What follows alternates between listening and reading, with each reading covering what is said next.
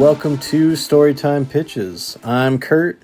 And I am Josh. We are your hosts today for what should be a pretty special episode. We actually got a guest who might hop on and do a lot more episodes with us in the future. Mikey, you want to introduce yourself? I am Mikey. I have been in Texas. I'm not going to say anything bad about it, though. But I'm back. Everybody likes Texas. Whataburger is awesome. All right. I never eaten that, but, you know. I hear a lot of good things. It's not bad. I like it. Well, so our episode today is going to be a little different. We know about the Mortal Kombat movie that's about to come out, so we kind of wanted to talk about an idea, just throw around some ideas about like a Mortal Kombat reboot or like a short story kind of thing. We have no idea what the new movie is going to be about, and we're try to stray away from going too close to the older movies, but take some points of the video game. And this is going to be a very organic podcast today that literally has like an inch, and we're going to try to turn it into a mile. But Kurt, I guess, came up with a pretty interesting way of like asking why this is happening kind of thing. So Kurt, I'll let you take it away from here. Okay. So, I mean, I've played Mortal Kombat, ever since I was a little kid. I'm sure you guys have, I'm pretty sure like a lot of people that play video games, so it's probably like one of your go-to, like when you were a kid kind of thing. Like it was always kind of like one of those special games because I heard about this game, and I was still pretty young when it had previously come out. And so I just knew it as like this brutal game, and I knew that my brother had it, and man, it was just an awesome day when I actually got to play it, because I was just, before then you were playing kiddie games, and this, basically was an adult game, and blood squirting everywhere. Yeah, but you had to enter the cheat code first for it. At least on Sega, anyway. Yeah, for the first one, yeah, for sure. Was it ABACABB? Oh, you still remember? Damn, of course I do, man. It's Mortal Kombat. Yeah, so, obviously, Mike here has, probably a little bit more experience than me, because I would never remember that. But, to be honest, I didn't even realize there was a story to the game. I thought it was just a fighting game. And then, I remember talking to Mikey, because we've been friends forever. We've all been friends for decades, but, we're old. Yeah, me and Mikey grew up together, and I remember him telling me that I think it was Mortal Kombat 4 was the first one that really had a story. I was like, what? No, you just go beat people up. And that's one I haven't really played a lot because it was on the N64, and I remember I had to pick between that or PlayStation, and PlayStation had Final Fantasy, so I went with that. At least until they switched it over to PS4. I think they had a version for that. Huh. Or PS4, PS1. Who knew? Yeah, not me, apparently. All right, Kurt. So what is your idea? We've all seen the old movie, the original, and then of course, not so great Annihilation. But it was fun. When I was a kid, I thought Annihilation was legit. But I just watched it recently, a month or two ago, and it was horrendous. But Dexter's dad is Raiden. That is true. Yeah, he is in there, and that guy actually plays a lot of things. He plays Gambi in Black Lightning too. I haven't watched that. It's all right. I haven't watched it either. Let's leave it at that. I love the Arrowverse shows, but I think that one and the Flash is kind of slowly dying off on me. I think Flash has gone way too long. Yeah.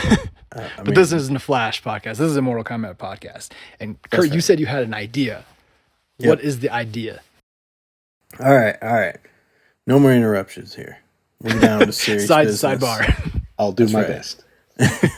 I'm about to go Contra Code up on you. Ooh. Oh, snap.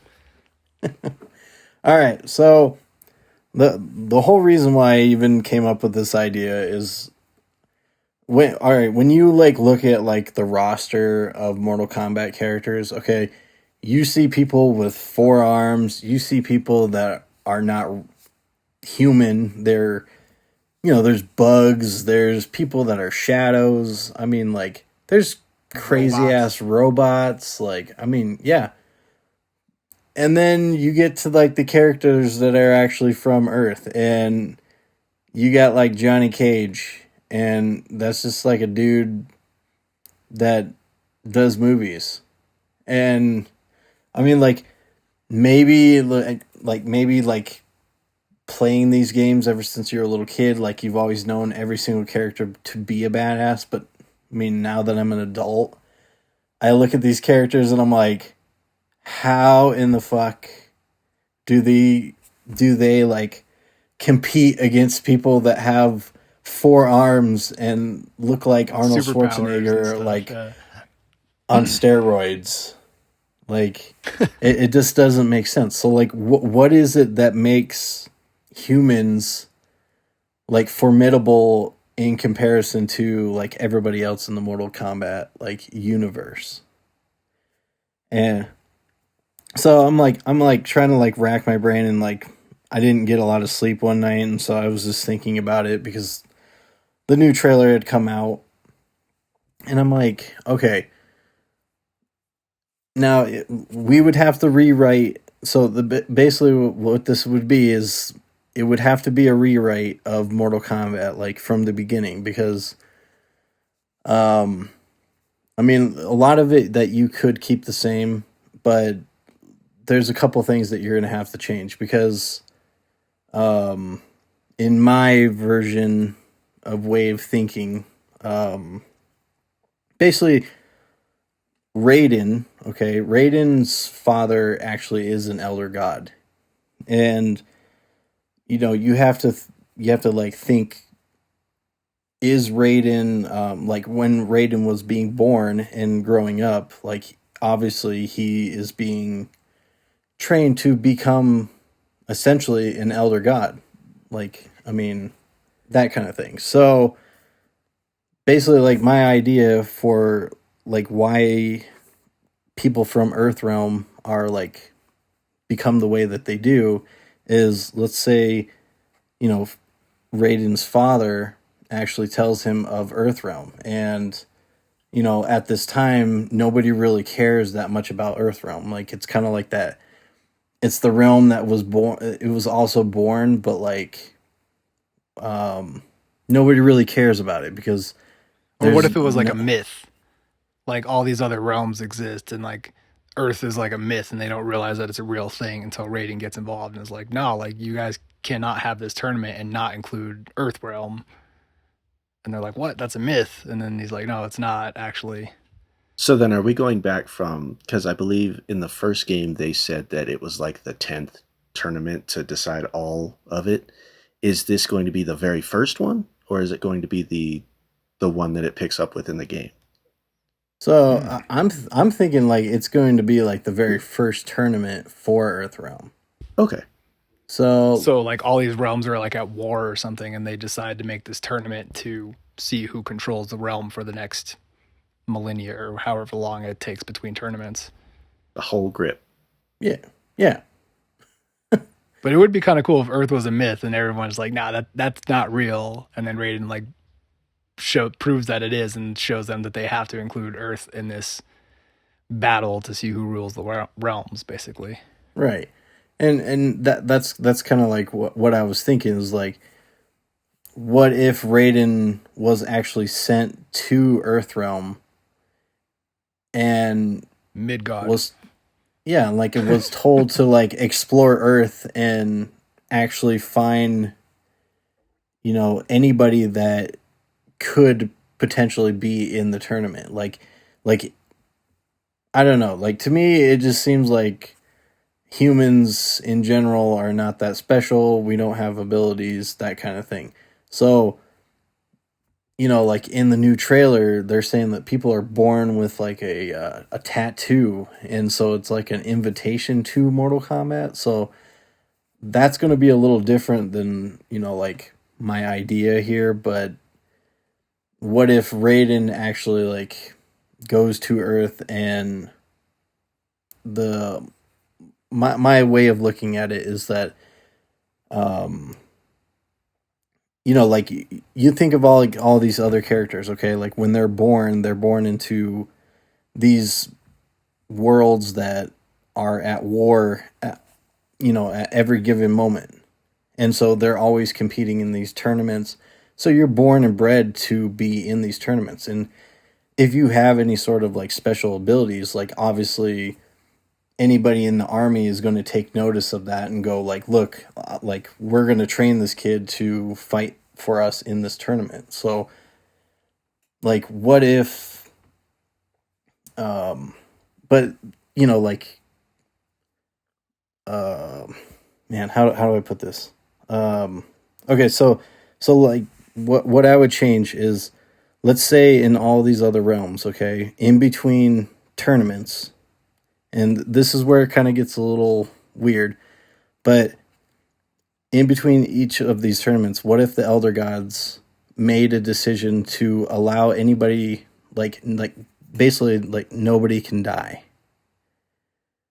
So, like when you're sitting at home and you're playing the actual video game, and you go through all these like x-rays and horrible deaths and stuff like that, but then you like reset, like everybody goes back to normal.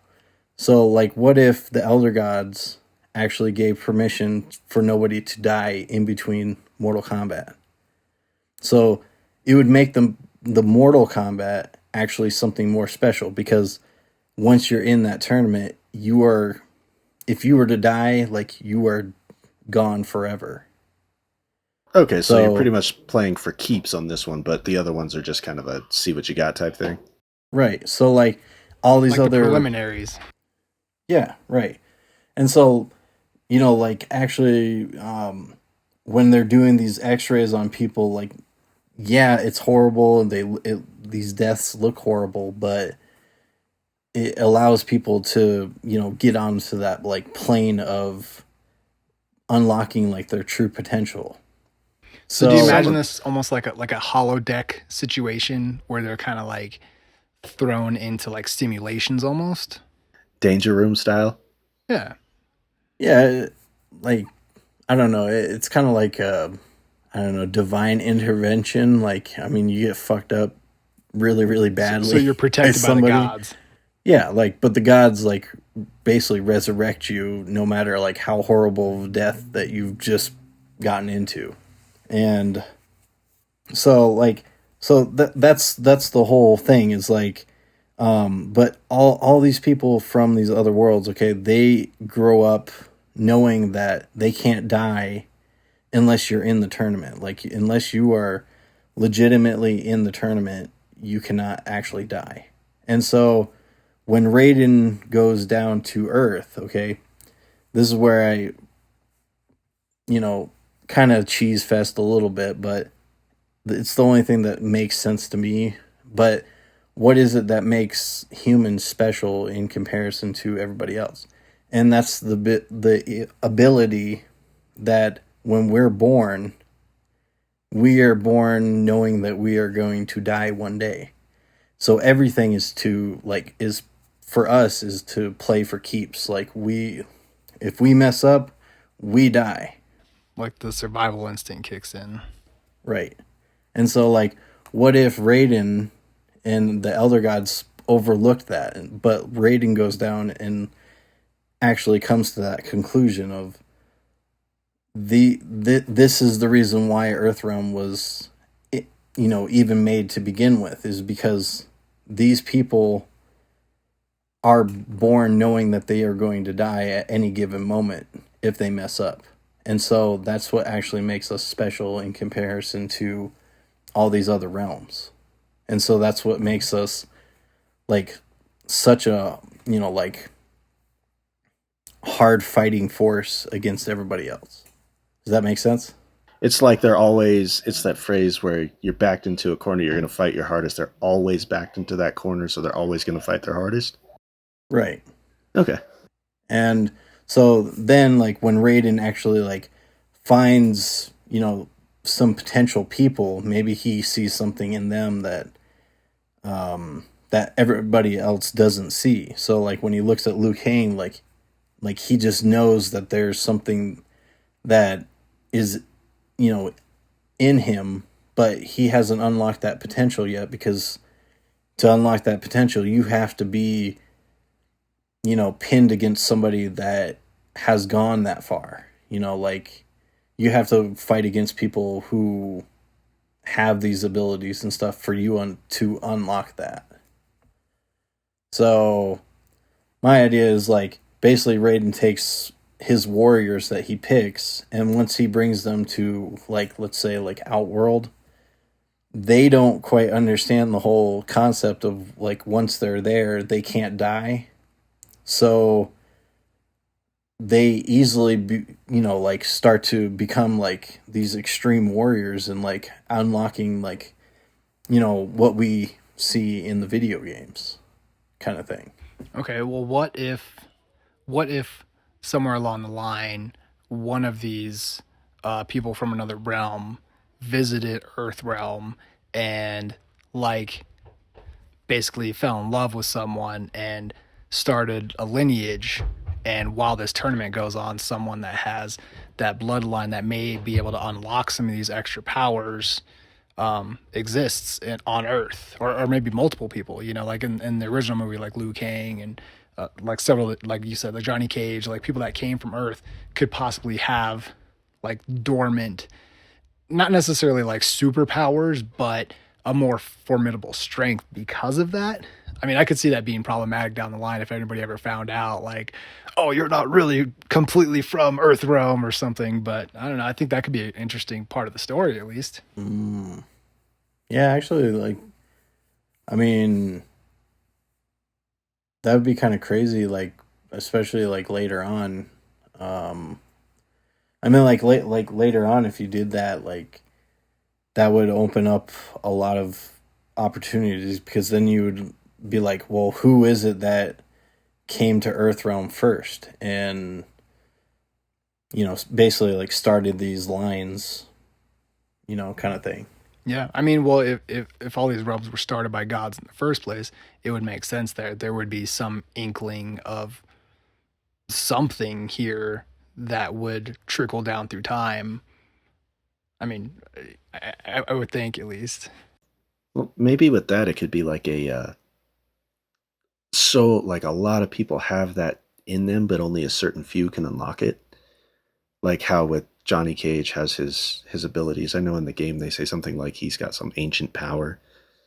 Yeah, exactly. Like that, but maybe it could be just the select few that train in that way can unlock something like really special and really just, fight for us Earthrealmers. I will say, though, for, like, our listeners, if you guys don't play Mortal Kombat or you haven't seen the old movies or anything, definitely at least go watch the first movie. It might be a little cheesy and 90s out, and the music is horrendous, but It's perfect. What are you talking about? it's there, though.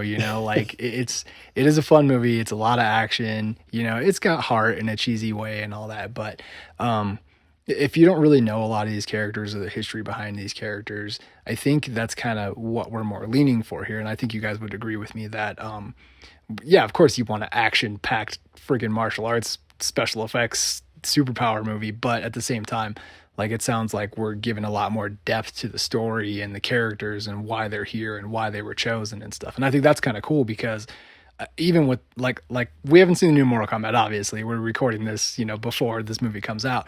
But I wouldn't doubt that it's probably just an action-packed movie just for entertainment. They're not really going to go deep into the stories and make you feel things about these characters, because it's freaking Mortal Kombat. Like, people are going to get injured or die or worse.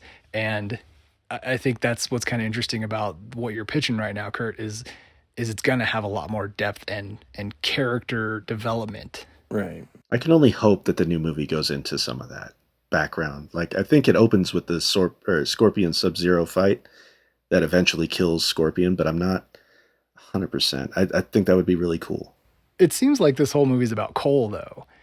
And yes. Cole's like more of a newer character, I guess, in theory, but it seems like it mostly just follows his story. Kind of like the old movie, it follows pretty much Liu Kang, and that's it. And then, like, Sonya pops up and all these other people, and it's like, oh, they're in the movie. Oh, I don't know, man. Johnny stole it from me. Oh yeah, dude, that's Styles' dad from Teen Wolf. So when he punched that ball sack, He punched that sack so hard. That was the greatest those things thing went I've all ever the way seen. back. Those things hit Goro right in the back. Just ba-ba.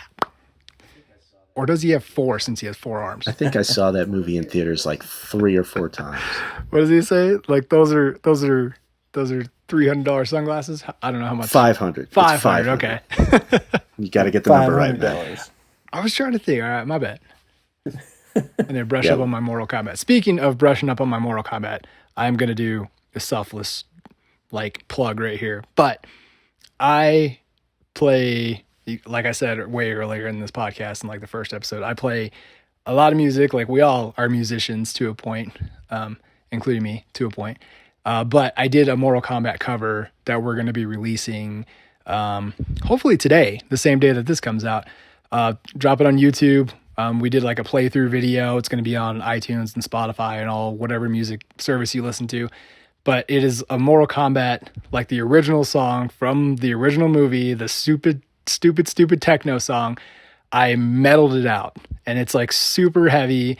And if you love gent music or anything progressive metal like Born of Osiris and just really genty periphery type stuff, it's that mixed with the Mortal Kombat song. And I will tell you right now, you will not be disappointed. Go look it up under my name, Josh Allwine, Allwein. Go look for it on any of the music services. And it's just called Mortal Kombat Theme featuring Tease, which is another friend of ours that we're probably going to have on here eventually. Or just YouTube it and look up the video because it is awesome. I promise you will not be disappointed. If you love progressive metal or anything like that, that's kind of what we were going for, and I think you'll love it. And if you guys love us, you'll help us go viral because that would be amazing. But anyway, plug over, back to the story. No, still plug. I haven't heard it yet. I'm sure it's awesome. I will take no original Mortal Kombat theme slander from you, Josh. None. Well, we all know how terrible that beep, beep, beep, beep, beep, we just friggin' chug over it. That shit went hard when I was whatever age I was. I don't even remember. It's been so long. Wait till you hear it with the 7-string. All right. After this, I'm gonna hear it. I'm gonna be honest with you. I have heard it, so I'm sorry that you haven't been able to. Oh, well, I guess I'm not a part of the exclusive friends list, Josh. He heard a tidbit. He heard the 30-second preview. It's 30 seconds more than me, baby. I play Electric Triangle on the weekends. The Electric Triangle. That thing has a USB cord and all. Ding. Well, I'm going to learn the gent cowbell, so when we do the Don't Fear the Reaper cover, I'm in. All right, we'll do the Don't Fear the... Wait, Gent Fear the Reaper? Does that work? Yes. How would that sound? How would that sound? Don't fear the Dreeper. Let's see. It would start with the guitar, and then when it kicks in is when it gets to the genty thing. And if you don't know what gent is, go look it up. It's DJENT, and it is a legit genre. And whoever says it isn't doesn't know what they're talking about because it's been a legit genre for 11, 12 years now. And it's a very specific type of music, and I love it, and I love everything. I mean, I freaking love Jonas Brothers too, but I listen to everything, but anything genty or progressive metal is kind of my jam. I pretty much listen to pop, like Charlie Puth and all that, and then I go right to that, and then Charlie Puth, tons of hip hop in there too. But at this time, we'll leave you guys a message from our sponsor. We'll be back with you guys in about 30 seconds. And we're back. Quick 30 seconds. That was so fast. All right, so I think that this is pretty interesting. I think, like I was saying earlier, I think the character development and the lineage and the story behind it is a lot more interesting than all the fighting. And I love action and the fighting and all that. And that's obviously going to be something we would want to include in this story. But of course, I like the idea that it's the first Mortal Kombat, because that's something you probably would only hear about in the video games and in the movies, and you never actually get to see how it was dealt with or how Earth got involved in the first place. So that's pretty cool to me. And you can build off that so much. There's so many different ways you can go. If you watch the movies, you're not gonna know about that. Not a lot of people know that there's 10 Mortal Kombats before you can merge your realm with another. And I think that's like something that's extremely important in comparison to the movies. Like, like not a lot of that gets brought up. Yeah, until after the fact and they win everything. Yeah, like, and Spoiler alert, it came out in 1994. And then it doesn't matter anyway because Shao Kahn just said, "Fuck this, I'm gonna just take over anyway." yeah, Yeah, that's true. And yeah, you have assholes like Shao Kahn that do some, something crazy like that, and and it just kind of ruins everything. But like they skip over the whole like actual lore of, maybe like call me a nerd or something. But I mean, like I try to look up some of this kind of stuff. Like I play Magic: The Gathering, and it's hard to play that game and not look up at least some of the lore. Yeah. So I don't know. I guess like maybe call me picky, but like I guess I just like think about like in comparison to like real life. Like I want to find something that I can connect to in real life, and so like how is it that Mortal Kombat portrays to real life, and that hasn't been touched on. So I mean, like here's my idea. People may not like it, but at least it's interesting. I spent a lot of time thinking about it. Yeah, you always got to relate to something. Even like overall, like I didn't know Johnny Cage was a smart ass in the first one, like in the first game. But as soon as that movie came out, I was like, dude, that's my guy. And I didn't even like him in the first game. I thought he was trash. But he's awesome in the movie, and I loved him because I shout out stupid shit all the time, and he's pretty much that. It would be kind of cool though if our movie really didn't necessarily have a lot of the bigger players from Mortal Kombat. So it has like the ones that are more borderline immortal at this point, So we have Shao Kahn when he's younger, and the original Kung Lao. Exactly. And this is the first Mortal Kombat. So, Earth barely makes it in the competition because Raiden kind of sneaks them in there. And let's say that they win the first one, which would be super interesting because then Earth rules the realm for however many years it is between tournaments. And in doing so, this is when Shao Kahn comes from Outworld and tries to infiltrate Earth realm and these other realms to like influence them. And, maybe in doing so, he leaves remnants of his abilities and stuff in these realms. So maybe it's something more like that rather than someone who visited our realm and, fell in love and all that. Maybe it's just more his residual energy has traveled through, and of course it's different realms. So like things could take place in different timelines. So time travels differently in each one of these places. So maybe in Earth realm, it took, 200-300 years for his lineage to actually get to Johnny Cage and Liu Kang and Kung Lao and stuff. And that's fair because they did a lot of time travel in the new one. If I remember correctly, I haven't played that one, but I've seen a bunch of videos. But they did a lot of time travel stuff in that. Yeah, but what if 50 years here is like 2 years over there or something in a different realm? Okay, so we live in a hyperbolic time chamber like Dragon Ball. Okay. Kind of like that, where it's just they can train for that, and it's just this condensed session where it only feels like it's an hour here. Or opposite, I guess it would be training forever here, but it would only be a few there. Right. Yeah. I mean, like, I get what you're saying. That's clever. Somebody has to, because I don't.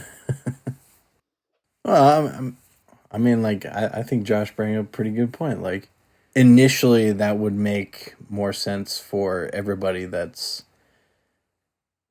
comes later on, because I mean, if later on Raiden shows up on Earth and finds these people, like obviously he would know the power that came from Shao Kahn down to these people. So yeah, well, it'd be cool if like these people weren't as strong back then, and just Earth being a normal human, formidable fighter at that point was just smarter in that first tournament and was able to defeat them. And then that's when they retreated to their own planet, or not planet, but their own realm, and like harnessed different energies and, superpowers from their specific realm to bring to the next tournament. So maybe the first tournament is specifically just hand-to-hand combat style, and it evolves, into that. So by the time the 10th tournament comes around, it's a full-on like supernatural massacre.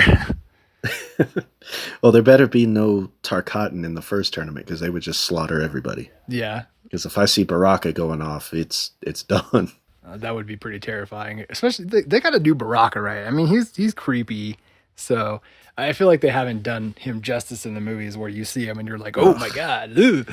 It looked like a shitty Spirit Halloween costume in Armageddon or whatever the hell it was called. Annihilation. Yeah, it was so bad. It was just like 3 of them just swinging on chains. Like, who the fuck is this? Plus, I'm pretty sure like Shiva in that was like a bad guy in 24. They fucked Rain up so bad. It's just he was like, no, we didn't do it. And then Shao Kahn just blasted his ass in the chest with a hammer right into the freaking thing, and he's dead. The dude's like he's a prince of Edonia or whatever, and he ain't going out like that. Yeah, that's so funny. Yeah, they're like, should we just put him in, and then like, what should we do with him? Well, we're just kill him. Like, whatever. I don't know. Make him a bitch. Hit him in the chest. It's fine. He's like a putty from fucking Power Rangers. That's what they sound like. This is like the most random podcast we've done. I mean, I hope you guys are enjoying it. Like, it's kind of just a spiel, but rather than a full-on pitch. But I think it's kind of fun to do this every now and then, kind of change up the formula. I'm jacked up on Good Company hard seltzer. This is not an ad, but I'm jacked up on that shit right now. So I'm white girl wasted. Yeah, you make that an ad. You make it. This is probably the first time that we've done a podcast and had like drinks, and this is from Breckenridge Brewery. We live in Colorado, so we love our local stuff, and this is a seltzer. So apparently Mike said, what'd you say? Like, I was what kind of white girl is that? Yes, but I'm on that peach biz, so it's not too bad. I like it. It's pretty interesting. Tastes like soda. Kinda, yeah. It's pretty good. Yeah, so I think that's pretty interesting. And like I said, this is a really random podcast. This is very unorthodox for us. But like, we appreciate you guys for listening. And I mean, this is an interesting introduction for Mike. And of course, when we do future podcasts with him, it'll be a little bit more linear, with some of our normal ideas that we throw out there. But this one was kind of fun. We love Mortal Kombat. We wanted to kind of promote the movie in our own little way. Like, definitely wanted you to go to listen to my song and all that good stuff too. The movie does look sick. Like, that blood blade looks awesome. Sub-Zero is great. The actor they got to play him, I don't think they could have done better. I guess I'm really excited just to see Goro. I mean, he's always kind of been like one of my favorite characters, so just see him look really cool with good effects will be kind of nice. Oh, that quick like jump up where he looks like he's about to hammer fist Cole. Yeah, pretty much. That does look pretty sick. And as you guys know, we love practical effects. I mean, I get that there's going to be CGI in the movie, but film it with practical effects. Use the CGI to kind of tie it together as the glue. That's kind of my thing. They better actually freeze that dude's blood and just stab somebody with it. Oh, that'd be awesome. You can't CGI that. That has to be real. Real blood, guys. Real blood. Just frozen midair and just stab that dude right in the neck. Well, we thank you guys for checking in with us, and we hope you guys enjoyed this episode. If there's anything that you would do differently or think was stupid about this, please don't hesitate to comment on our Facebook or Instagram or any of our other social medias and let us know how stupid this idea was. It was awesome. What are you talking about? It was awesome. All right. I kind of enjoyed it. I'm not going to take that back. Anytime I get to talk about Mortal Kombat is a good time. While also being white girl wasted. On the next episode, we're going to talk about how to make Street Fighter a good movie. The game doesn't even have a good story most of the time. What are you talking about? It's a great game. But that is very true. If you want a good Street Fighter movie, terrible. Go watch the animated Street Fighter 2 because that movie's awesome. I was going to say, I haven't Especially seen that. Street Fighter Alpha is so good. Kurt, as soon as we're done, go watch Street Fighter 2, the animated movie. It's like 45 minutes, and you will be so happy you did. Chun-Li is naked in it. Oh my god, that's the selling point right there. I'll start that right now. She's taking a shower, and then Vega tries to fight her, and it's awesome. In the shower? Well, no, she's got a towel on. I believe. It's been a minute since I've seen it. Okay, On the okay, computer. hold on. Let me get into this. Let me backtrack. How is that tail? How is that tail was going to stay on? Was like once she kicks, like Anime magic, bro. Yeah, dude. It's all about the anime. Animagic. Should I bring in a physicist for this one? Like, is this? I'm just talking, man.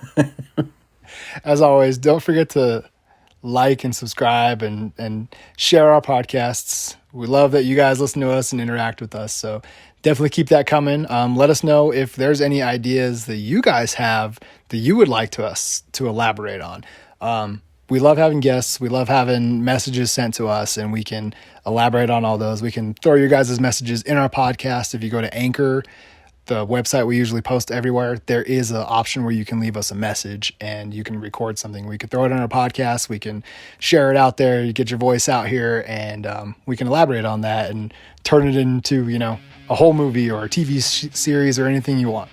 Sounds awesome to me. And just for the record, can I say good company, hard seltzer? Holla back, baby. Holla.